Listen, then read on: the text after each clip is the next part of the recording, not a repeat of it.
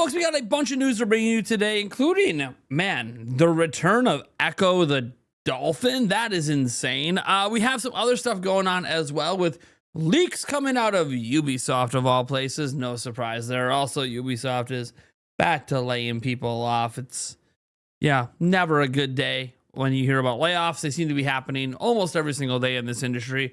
Unless you cover Nintendo like me, then Nintendo doesn't really have mass layoffs. Anyways, that's setting that aside.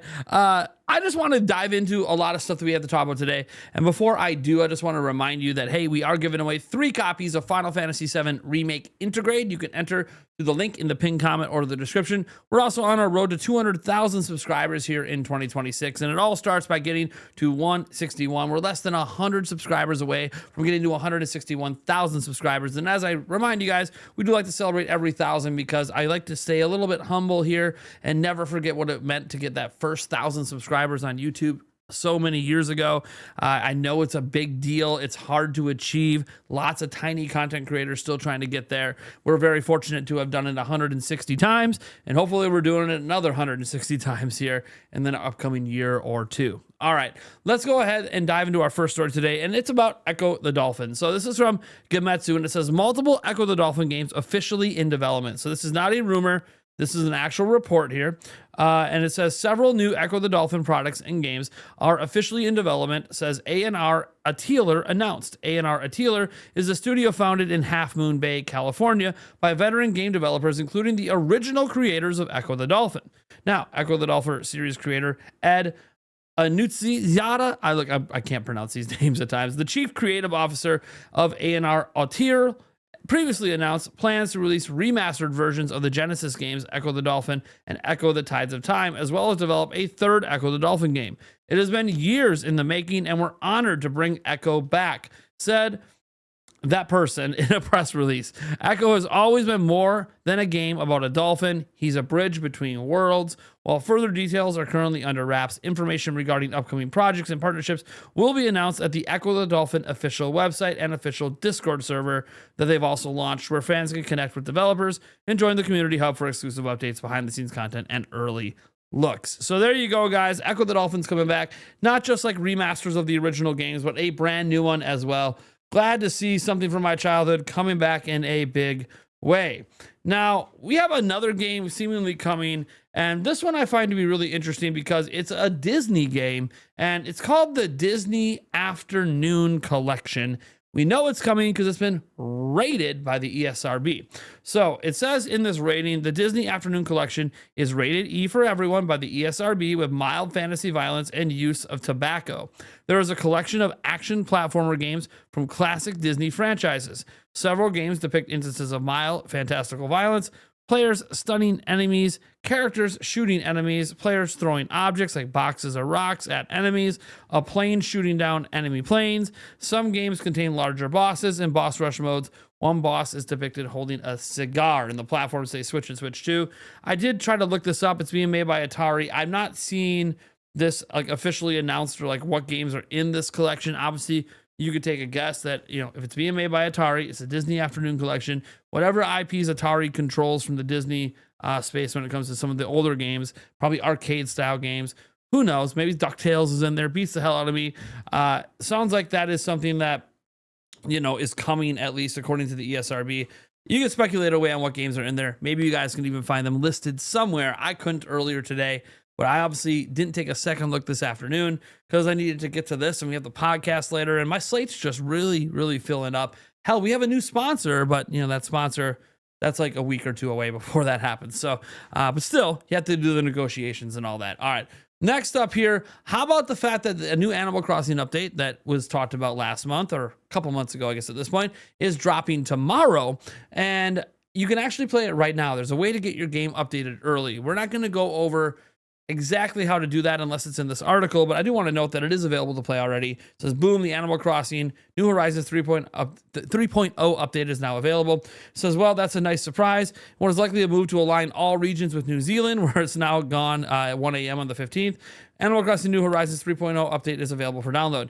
You might need to manually apply the update. That's like the big thing here, in which case you simply press plus on the game's icon and select software update, but otherwise, you should be good to go. So that's basically it. That's all you have to do is manually update it. It won't trigger the automatic update till tomorrow. Anyways, there's no official patch notes at the time of writing, as we can see, but if you've been eagerly anticipating this new update, then you'll already know the gist of version 3.0. Has the resort hotel, island specialty requests, slumber island, Rossetti's reset service, and collaborations with Lego, The Legend of Zelda, etc. To be crystal clear, the Switch 2 edition of the game is not live yet. This is available to purchase separately or via an upgrade pack. If you pre-order the upgrade pack, you may see the Switch 2 edition icon on your home screen, but the original Switch 1 version will boot up when you open it. So yeah, Switch 2 version not available early. The actual 3.0 update is available. So there you go, guys. Enjoy that content. I know many of you are. I saw Nintendo Talk and others live streaming it today. Makes a lot of sense. Why wouldn't you want to play it if you're a big Animal Crossing person? That being said, how about Level 5 coming through with a new Inazuma game? What are we talking about here? Level 5 CEO says he's already started work on the next Inazuma 11 game. We go again for a Victory Road sequel. So after many years of waiting for fans of the Inazuma 11 series, we're beginning to question if Inazuma 11 Victory Road would ever see the light of day. Fortunately, Level 5 dug deep and was able to finally release the title on Switch and Switch 2 in November of last year. It's already getting some updates with more to come. But that's not all. With the Level 5 president and CEO Akira Hino, who has filled many roles, I should say, at the company over the years, mentioning how he's started writing the scenario for a sequel to Victory Road. Yep, you heard that correctly. We even got a little detail about it. Here's the rundown from the broadcast they did on Jametsu here. It says, as for the sequel to Victory Road, I've already started writing this scenario as a new Inazuma 11 that begins in the Reiwa era. I will do my best to deliver surprise and excitement to everyone once again. Please look forward to future announcements. The source also notes how, despite its recent release, Victory Road was announced in July 2016. During the Heisei era, the Reiwa era begins on May 1st, 2019. It is worth noting how the Level 5 CEO previously mentioned how a potential sequel would support the player bank data from the current release. Of course, this sequel could still be years out, and it isn't exactly uncommon for developers within the games industry to jump straight into the next major title like this, or even have some sort of overlap between projects. Still, we're almost exhausted just hearing about this, as it took so long for Victory Road to arrive on Switch with multiple name changes and revisions along the way, with the latest one taking place in 2022. The game is also launching on the Switch 2 in the end. For now, fans of the current release, that's Victory Road, you can look forward to the second major free update, which will roll out on January 28th. You can find out a little more about this, obviously, in the previous story over on Nintendo Live. Credit to them for covering this. So, yeah, look, guys, it's probably going to be a while before we see it, just like it was a while till we got that one, but just good to know the future of the series seems to be intact. Now, before we get into leaks from Ubisoft, we need to first talk about, unfortunately, what we brought up also at the beginning of the show, layoffs. And it's unfortunate when we have to talk about stories like this because it's very common across the whole industry. Sony's done it, Microsoft, EA, Ubisoft, Activision, just everyone across the board, except for Nintendo, seemingly. Maybe, I don't know if the Capcom have any major layoffs. They might have as well. Anyways, as we tune in here, we just got to make sure we cover this stuff so we know what's going on.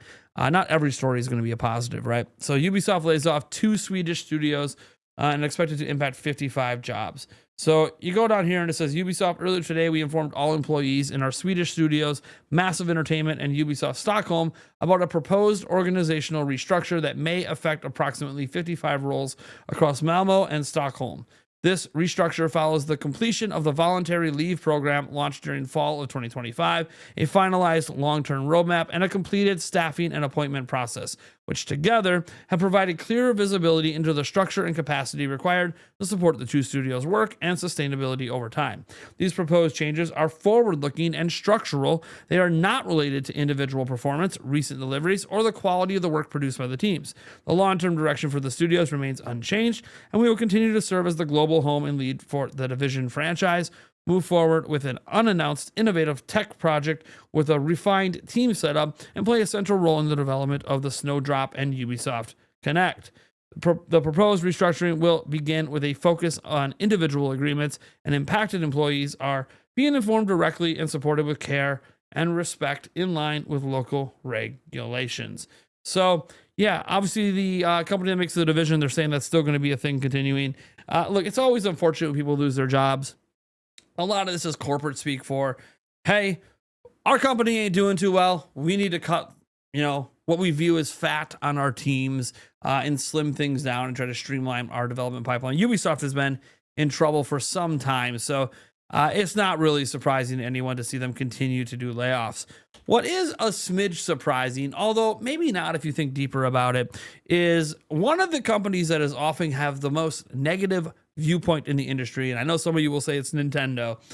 Setting aside Nintendo, one of the companies that has one of the most negative viewpoints in the industry is EA. EA has won like multiple really bad awards over and over again, year over year, for being the worst company in video games. And there's one particular creator, and we're talking not about a content creator, but a video game creator, who actually thinks the negativity is overblown and unwarranted, and actually EA isn't that bad after all. And he would have some direct knowledge of this because EA publishes his games. They provide the paychecks to his studio to make the games he wants to make. And that's Joseph Ferris. Remember? F the Oscars guy? Here we go. Hazelight founder Joseph Ferris on EA. Let's be honest, there's not a publisher in the world that hasn't effed up. Nintendo, Microsoft, Sony, everyone's done something. Here's the quote. And let's be honest, there's not a publisher in the world that hasn't effed up now and then. Sometimes I feel like EA is getting more shit than they deserve. I mean, come on. Nintendo, Microsoft, Sony, everybody's done something that's not good. But for some reason, EA has become this bad guy. And he says, despite EA being listed as a bad guy, Ferris insists there's still a lot of great people at EA, and they know how Hazelight operates and respects this. He adds he is surrounded by people at EA who love games, and it feels like he's with a bunch of corporate suits. Cool. And if the situation does ever change, Ferris says he's got no worries because Hazelight will always do what it wants. Basically, he's saying, hey, we are a completely independent studio. We'll just stop using EA for our projects, right? So if you want to read more about the Hazelight founder's thoughts, there's going to be some links to articles and stuff like that. And if you guys don't know, like It Takes Two, Split Fiction, stuff like that, A Way Out, these are all games that EA published that were made by Hazelight Studios. Now, here's the thing. Obviously, Joseph Ferris must have a pretty good relationship with EA because he's allowed to say some pretty radical things like F the Oscars and all that. When I say radical, you just don't hear people in the industry talking like this. And he's very out there. He's very flamboyant in how he presents his opinions to the world. And EA just doesn't seem to care because, look, his games keep getting highly rated. They keep being up for Game of the Year. He's won Game of the Year with It Takes Two. And on top of that, his games sell really well. So obviously, he makes great games and they sell well. EA likes that. So yeah, look, I don't know a whole lot about the inner workings of EA on a grander scale. I have talked to people who are former employees of EA, and there's been some pretty big horror stories at some wings and some management aspects of EA that I have heard that unfortunately I cannot share publicly the exact details on. But what I can say is, just because there are some bad eggs at EA and there might be some bad management here or there that leads to some of these issues we hear about publicly, that doesn't mean everyone at EA is that way. And obviously the people that works with Hazelight, which, look, we hardly ever bring up EA when we talk about Hazelight game stuff.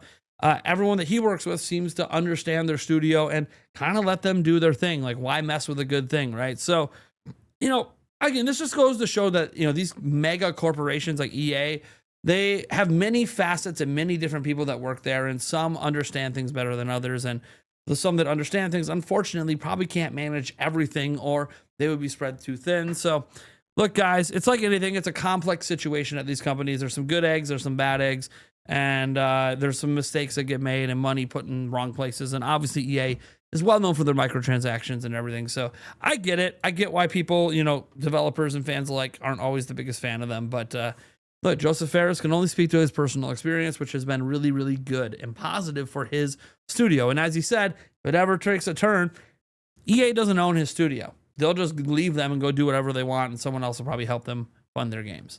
That being said, we got to talk about an update that dropped for Tomb Raider Definitive Edition. And we're talking about it because there's no patch notes. This is weird. PSA, Tomb Raider Definitive Edition on Switch 2 and Switch has been updated to version 1.0.2. There's no patch notes. People are trying to figure out what it does. Gyroscope with the Pro Controller still isn't working, so they didn't fix that. The Crystal Dynamics, I honestly, it's weird. When patches drop, they're often associated with patch notes. To see a game like this, a game that, only really came out quite recently for Switch 2, have this thing where we released a patch where we're not telling you what the patch does, and some of the issues people note with the game haven't been addressed with this patch. It's kind of confusing. Like, even if it's just like a little one-line note that says, hey, we fixed one bug over here and that's the patch, okay. It does feel weird. I don't know if there's any legal requirements to have to provide patch notes, but I'm just not used to seeing a game get patched, even in a minor way where it's like a 0.2 update, and then just not know what they actually updated. I think that's weird. And I know sometimes the patch notes are so generalized you don't know what they updated anyways, but whatever. From that story to the next one where another game got patched, and this time they did provide patch notes. We're talking about Fantasy Life I's latest Switch 1 and 2 update. It's live now, and we do have the full patch note, and hey, they fixed a bunch of bugs and stuff. So you see here, they adjusted the remake settings for the armor, adjusted the version 2.0 armor items exchangeable at Don's Dreamy Deals is to allow a remake. Bug fixes, they fixed an issue with Snoozeland where controls could become unresponsive if a player touched a gatherable item the moment the effect ended during the Bam Headbang Dream, which is triggered by interacting with a drowsy mimic. And then a bunch of Switch 2 updates, and these issues were already fixed on other versions. So a bunch of Switch 2 updates where they fix a ton of issues here. You guys can go over all of this stuff if you would like on your own. Sometimes I'm willing to read all this stuff, but not all the time. And today I'm deciding that we're probably not going to read through all of this because we just have too many stories to get to. But I will link to this down below if you're interested in more updates on Fantasy Life I. Obviously, I left it on screen a bit there so you could read it as well. Next up, now we get back to some Ubisoft and some leaks happening. First off, a couple of these leaks come from Zephyrus, and we read an article that's related to it as well because the article provides some additional details. But Zephyrus over here on X noted that Assassin's Creed Black Flag music got uploaded to YouTube, and there's widely been leaked out there that there's a remake coming. And so why would they add this music now if the game isn't going to be coming out or revealed very soon? Obviously, we know what the Black Flag music is, but possibly it's been remastered in some sort of way. Well, that's where we get to Insider Gaming over here, and Tom Henderson, one of the most reliable insiders in the world, says Ubisoft re-uploads Assassin's Creed Black Flag soundtrack as a remake announcement looms. And there's some additional details in here. So yes, it obviously goes over the Ubisoft music part and where they uploaded the stuff. But it said, but this is where things get tricky. According to our sources, Black Flag's marketing was scheduled to start in January with a release in March, meaning that although the dates line up, we've also seen some material that didn't pan out. We had also seen material stating that the Prince of Persia Sands of Time remake would launch on January 16th with marketing in December. And while no marketing has yet to take place, it's led people to believe the game could have marketing direction to be shadow dropped. Unfortunately, on our side, it's been very difficult to pinpoint exactly whether any changes have been made due to recent security breaches at the company. However, as now posted on X, the Prince of Persia website has seen some back-end changes which could suggest an imminent release. Original documentation said that Black Flag Remake would start marketing in January and after the Prince of Persia Remakes release. So all in all, things are lining up, albeit without any official proof as of the time of writing. That's kind of weird. And we have some stuff here to talk about with the the Prince of Persia stuff, because this is the back end updates and stuff. So what is going on here again from Zephyrus? All the Prince of Persia Sands of Time sites from different regions are now being updated one by one with their status switching between active and inactive. It looks like something is happening behind the scenes. So they're doing all these like, hey, we're updating this, then we're taking it down so people can't see it. We're updating this, taking it down so people can't see it. I know how website updates work for stuff because I used to run, build, and create video game based websites. So I understand how a lot of this works, where things will be up for just a half second so you can make sure it loads, then you take it down. I get all of this. There's ways to look at stuff privately as well, but sometimes you want to make sure things are working with your public servers. If you could argue if you're quick enough, you can maybe catch a snippet of one of those updates, but good luck. Often they're going to be hidden links and things you don't know. So good luck with all that. And they're up for literally like half a second, enough for them to just see it load on the page, then you take it offline publicly. So good luck with figuring that out. That being said, it does look like Prince of Persia Sands of Time remake might be shadow dropped. I mean, again, they're saying January 16th with the date they heard. That's in 2 days. That's Friday. Could it be shadow dropped? I'm not going to like deny that. Maybe it's part of the Xbox event, but then that's not this week. And it's not going to be part of a Resident Evil event tomorrow. So I don't know, man. Maybe it's been pushed back a little bit. Maybe instead of it being January, now it's February, and then January they'll start marketing for February, and then that could mean the other game, Black Flag Remake, maybe that gets pushed back, or maybe that's what comes out in March. I don't really know. Okay, what I do know is Ubisoft usually has everything leaked from the company, and I don't have any reason to doubt these leaks right now. So I don't know, guys. That's all I got for you today. Obviously, you know, the longer I wait, the more stories keep coming out, but that's what for tomorrow is. So I want to thank you guys so much for tuning in. I am Nathaniel Rumpeljans from Nintendo Prime, and we do have an episode of the Nintendo by Podcast Season 3, episode 35 tonight. Really excited for that one. We have Favlam coming back on for the first time in 2026. And yes, Reese Riley, who's been stirring the pot a little bit online lately, talking about third-party games coming to Switch 2 and how they're really exciting for this year in 2026. Can we get him to maybe hint towards some of those games? I have no idea. He's talked about his source with GTA 6 and Switch 2, how he's like, dude, this guy's been right before, but also I don't really think it's happening. And also, hey, they're cracking down. So if this guy really knows, would he still have a job? So, you know, a bunch of stuff going on with that. That's going to be a good, fun conversation. And obviously, we'll get his thoughts on Metroid Prime 4 and all that, since he was a primary person talking about that last year. So thank you guys for being here. I really enjoy making these news videos. They are a passion of mine, but also a job. And I'm so fortunate to work a passion as a job. And it's thanks to all of you guys watching, liking, subscribing, coming to our live stream, supporting the channel directly or indirectly. Thank you. Catch you in the next one.